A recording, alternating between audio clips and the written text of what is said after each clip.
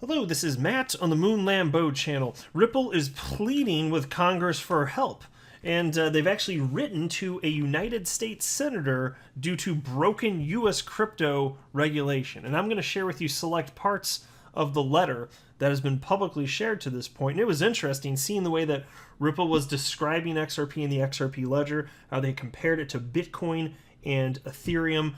They also brought up in this letter to the United States Senator Gary Gensler and his waffling back and forth specifically about XRP. Now that's powerful as well.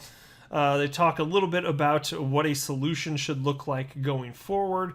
And then I also want to share parts of this also. Here we have Tom Emmer, Congressman, Minnesota. And he publicly shared a letter that was sent out just the other day. Here's what he wrote here. Today I sent a bipartisan letter to Federal Reserve Chairman Jerome Powell highlighting the need for private sector digital asset innovation. And so even here at the outset, I'll just let you know, he is taking Fed Chair Jerome Powell to task. And I'm going to highlight just a couple select portions of this as well that I just got a kick out of, because he's highlighting the inconsistencies, the incongruities, in his regarding his understanding of what a central bank digital currency is versus decentralized cryptocurrencies. Also highlights the lack of regulatory clarity here, and it is pretty clear as you go through this. Like honestly, Jerome Powell, whatever you think about the guy, I'm not convinced that he understands cryptocurrencies, but he sure has some opinions about them. But look, before going further, I do want to be clear. I do not have a legal or financial background of any kind. I am not offering legal or financial advice, and you definitely should not buy or sell anything because of anything that I say or write. I'm just an enthusiast who enjoys making YouTube videos about crypto-related topics, but just as a hobby and just for fun. That's all that's going on here. And so here's a tweet from Stuart Alderati, September 28th, so just the other day. And Stuart Alderati is general counsel for Ripple, over 35 years of legal experience with expertise in banking, regulatory affairs, and complex litigation. And so he noted that there was a letter here sent to Senator Toomey. And he said, Senator Toomey asked for feedback on crypto and blockchain laws. Here's Ripple's response, which I'll get to in just a sec. And then he stated, it all comes back to clear regulatory frameworks that allow innovation to flourish with consumer and market protections. We don't have clarity today in the United States, despite those who insist on incorrectly suggesting otherwise. Thank you, Senator Toomey, for engaging with the industry. And this is to be applauded. And I'll tell you, so I've been in, many of you know this, but there's always new people coming on board, so worth mentioning here. I've been in crypto since November of 2017, and I will tell you, back then, it certainly seemed a lot more fringe than it does today. And it's still just a small percentage of humans that are in crypto, which represents a tremendous opportunity. But that was doubly true in November of 2017 when I jumped into crypto. And so it is nice to see that despite the negative legal actions that have come along with the broader adoption of crypto, it is nice to see that there are people that I think will be proven to be on the right side of history, including Senator Toomey here, which are all about engaging with people in the crypto and blockchain space and finding a path forward. He seems to genuinely recognize the usefulness of cryptocurrencies and blockchain technology and what it can mean for the United States economy. And he's not the only one. There are others too. So there's a reason to feel hopeful and optimistic here. But you didn't see this type of communication from senators and the like back in 2017. Certainly not to this degree, at least. There are always some that would talk here and there about it. But it's much more accepted than it was. It's only been several years since I jumped in the space, and it is a markedly different place, I'd say, here. And so here's the letter from Ripple. Now, this is dated September 25th, but we just found out about it the other day. And actually, I didn't see, maybe I missed it. I mean, there's no way I'm going to see every single story, I suppose, but I didn't see any crypto media outlets cover this. And so again, like I said, maybe I actually just missed it, but I look at so many sources, I'm like, did I really? Like, this is kind of an interesting story and matters here. So anyway, here you go. Dear Senator Toomey, Ripple Labs Inc. welcomes the opportunity to respond to your request for feedback on clarifying laws around cryptocurrency and blockchain technologies. Ripple has been consistent in its position that regulation by enforcement, the preferred approach by regulators within the United States, has served only to wreak havoc and confusion in the cryptocurrency marketplace and ultimately hurt consumers, markets, and innovation. Clear regulatory frameworks are needed to allow innovation to flourish and enhance consumer and market protections. We highlight some ways in which Congress can achieve these aims below. And so let me run through just the parts that I found most fascinating right here. Check this out. Using blockchain technology, Ripple allows financial institutions to process payments instantly, reliably, cost-effectively, and with end-to-end visibility anywhere in the world. Our customers are financial institutions that want tools to effect faster and less costly cross-border payments, as well as eliminate the uncertainty and risk historically involved in moving money across borders using interbank messaging alone. All this is done in compliance with AML/BSA regulations. Now, some customers, in addition to deploying Ripple's blockchain solution, which is RippleNet, leverage a digital asset known as XRP. And so listen to this, because this is where it's a fun comparison to Bitcoin and Ethereum. I just like the way that it's described. I haven't seen them describe it like this, and they're going out of their way to make it clear that there's a lot of sameness between XRP and other cryptocurrencies from a conceptual perspective and in practice, actually. So there's certain metrics you can look at, and also in terms of decentralization. But anyway, just as Bitcoin is the native asset to the open source Bitcoin ledger, and Ethereum is the native asset to the open source Ethereum ledger, XRP is the native asset to the open source XRP ledger. XRP, given its unique design, can serve as a near instantaneous bridge between fiat currencies or any two representations of value, further reducing the friction and costs for commercial financial institutions to transact across multiple global markets. Yeah, what do you know? Real world utility here. And look, there's a reason that there are so many millionaires and just insanely wealthy people that are all about backing a Ripple IPO. So you wait until there's sufficient regulatory clarity. Like once this SEC versus Ripple case is all done, you just wait. Ripple's going to be a publicly traded company. And yes, I know it's funny enough that the SEC is going to have to approve that. Yeah. Interesting, bad blood, but it is what it is. But there's a reason that some of the smartest people on the planet and some of the wealthiest think that this is absolutely transformative. It's not just you and me, everyday Joe Schmo people. And I do think there's power in that, just everyday people jumping into cryptocurrency. I do think that's very powerful, and that there's so much opportunity. But there's a reason that Ripple is so well backed and so well funded. It's because they're solving something that can't be solved without a decentralized cryptocurrency that's technologically sufficient and also has an open market pricing. The problem they're solving requires all of that. And Ripple's the only company that is positioning a cryptocurrency to do any of that. It's XRP. So at this point, it's XRP or bust. There's nobody else doing what Ripple is doing. Anyway, and then they also write, although Ripple utilizes XRP and the XRP ledger in its product offerings, XRP is independent of Ripple.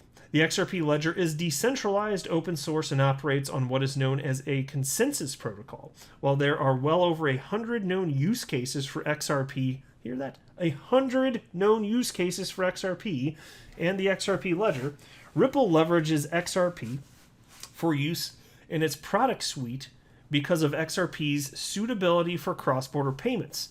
Key characteristics of XRP include speed, scalability, energy efficiency, and cost efficiency, all of which benefits the consumer and helps reduce friction in the market for cross-border payments. Indeed, and it's fun to see it laid out like this, and all of this is so clearly true. And then check out this part, because they get into Gary Gensler. Yes, SEC Chair Gary Gensler. Oh, Gare Bear. You're waffling a little bit. You have changed your perspective a little bit, but you can't rewrite history, and thankfully we've got you saying all sorts of things on video.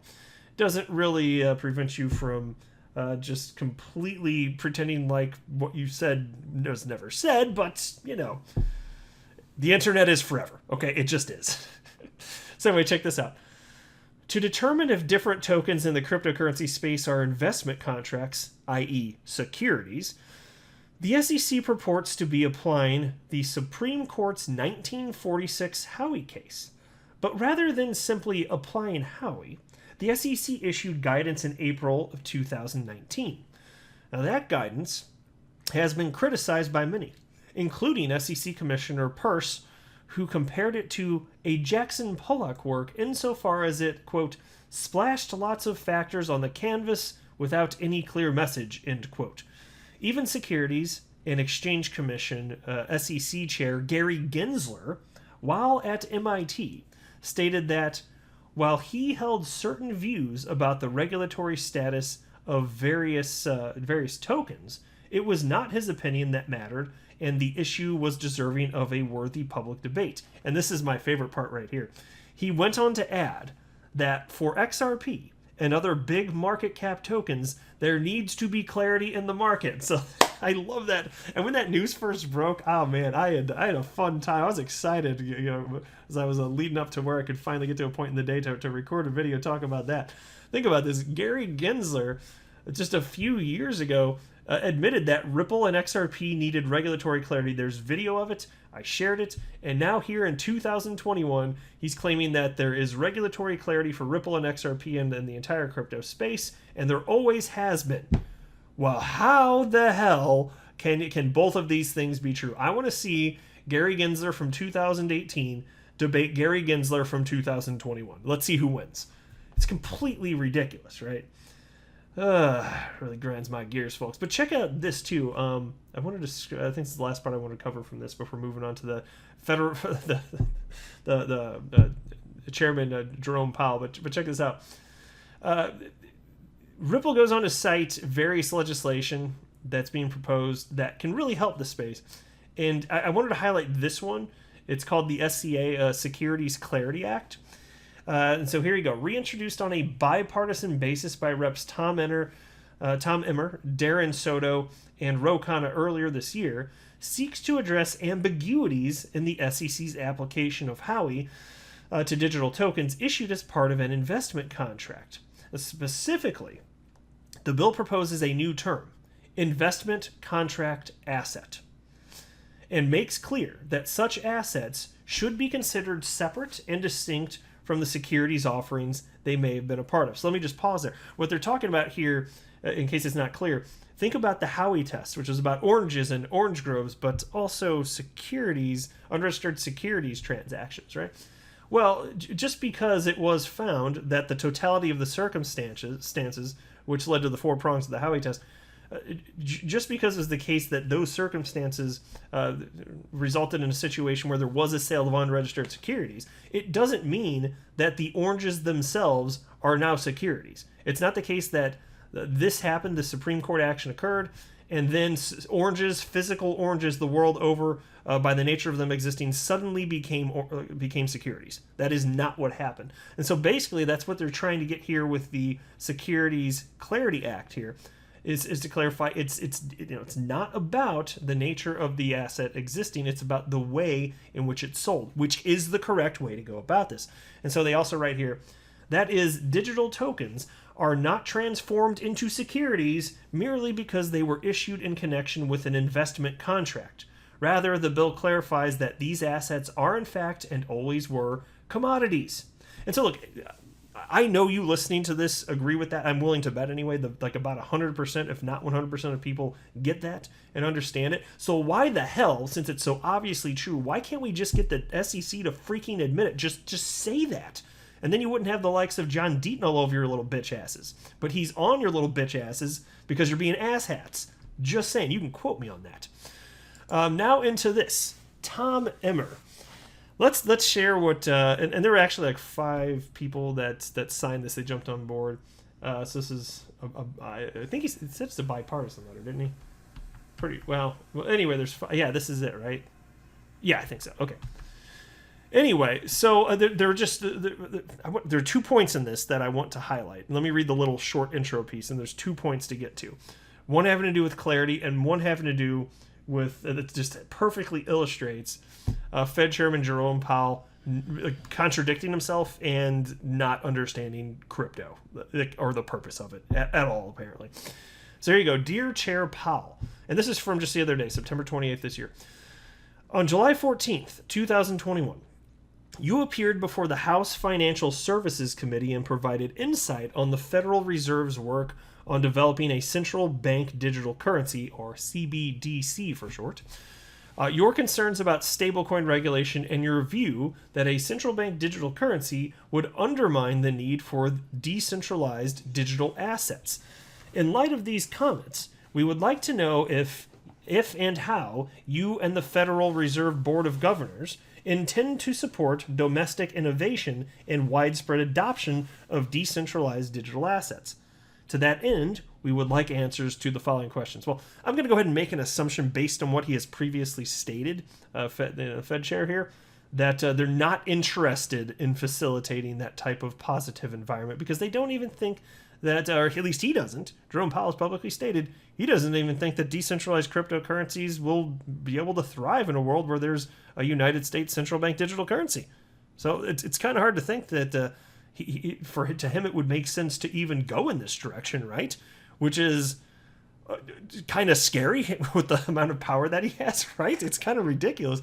Because to hold that position, if you're being intellectually honest, you've got to be supremely ill-informed of what the crypto space is. Supremely ill-informed.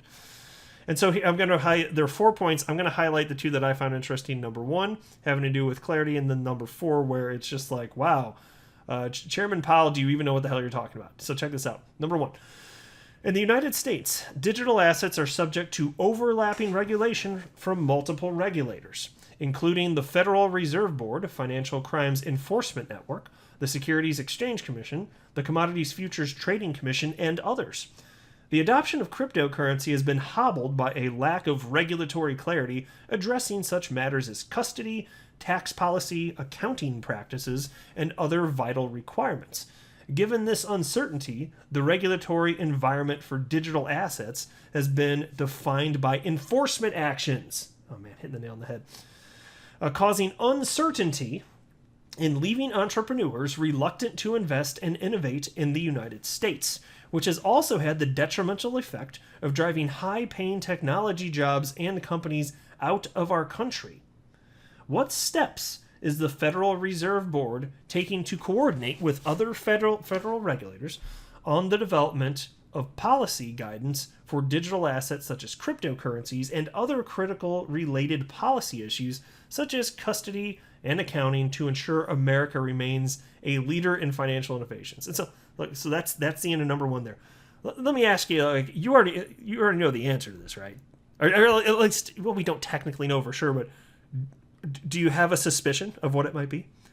Because they'll finesse it. Whatever the answer is, they'll finesse it. Fine, I got it. I understand. I'm sure Jerome Powell will have somebody write him up something real nice, and he'll sign on the dotted line. Fine.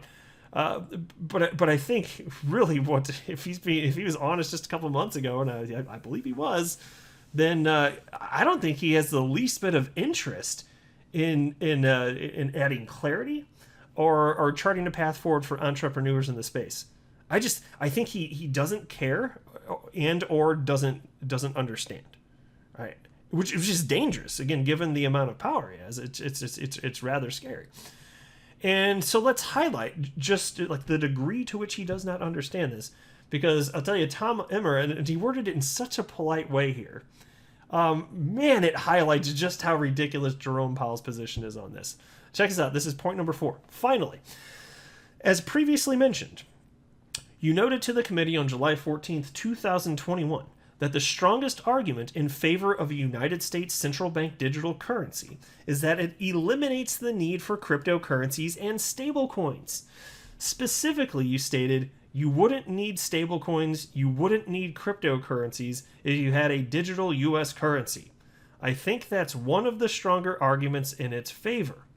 However, on March 22nd, 2021, you said about Bitcoin, quote, "It is essentially a substitute for gold rather than the dollar," end quote.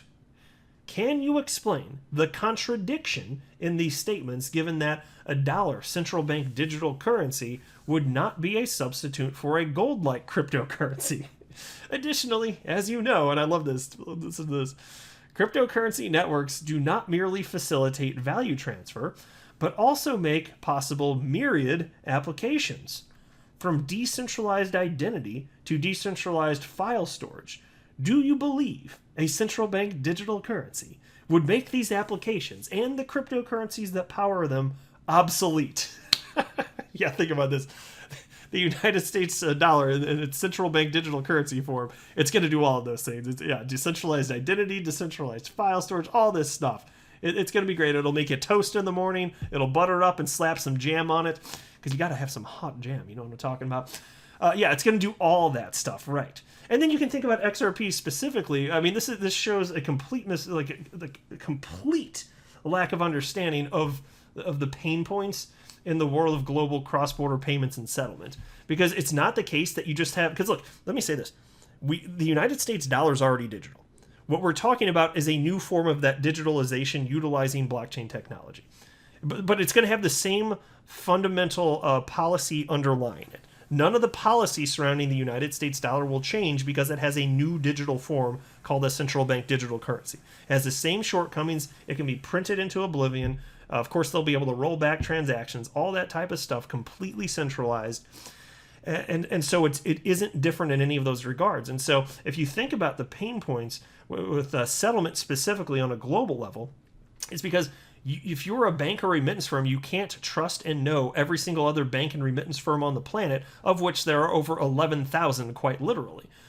And so what if instead of having to develop those relationships, all you have to trust basically is that there's a decentralized cryptocurrency, and you know it's decentralized because you trust cryptography, right?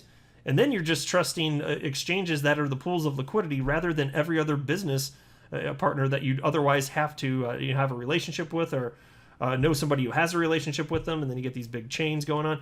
Like, rather than that, you tap into liquidity on exchanges. But you see, that only works if it's a decentralized cryptocurrency that has an open market price and, of course, is also technologically sufficient. But you have to build all these pairs. So just because you have a new form of the United States dollar that you're now calling a central bank digital currency, it doesn't mean that you solved the trust issue that underlies all of this. Of course you have not. You still need to have pairs the world over for all of this. You would still need pre-funding from bank to bank. It doesn't solve any of this. And so it's just the level of cluelessness of all of this. He made these public statements of which I think he should rather be embarrassed about, but he felt very confident and strong about this. And I feel like he should maybe talk to some more people before publicly stating such foolish opinions. Right? Like that's how I feel about all this. It's ridiculous. No, decentralized cryptocurrencies are genuinely useful to mankind. They can do things that cannot be done with central bank digital currencies, especially from a trust perspective, and he's just pretending like that's not a thing. Let me know what you think below. I am not a financial advisor. You should not buy or sell anything because of anything that I say or write. That would be a very, very, very bad idea. Until next time, to the moon, Lambo.